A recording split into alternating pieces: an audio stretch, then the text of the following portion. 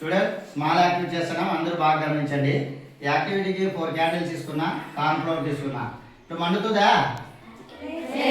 అదే కదా, చూస్తాం. డైరెక్ట్ పెడితే మండుతుందేమో చూస్తాం. చూడండి, మండుతుందా? మండటం లేదు కదా. ఎందుకు మండటం లేదంటే తెలుసా మీకు? మండడానికి ఏం కావాలా? ఆక్సిజన్ కావాలా కదా.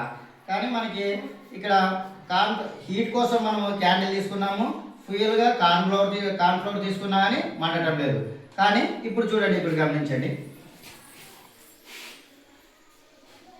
ఏమైంది? మండిందా?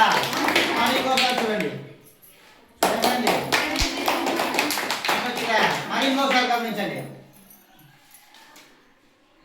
వస్తుందా? అంటే ఎందుకు మండింది ఇలా తెలుసా?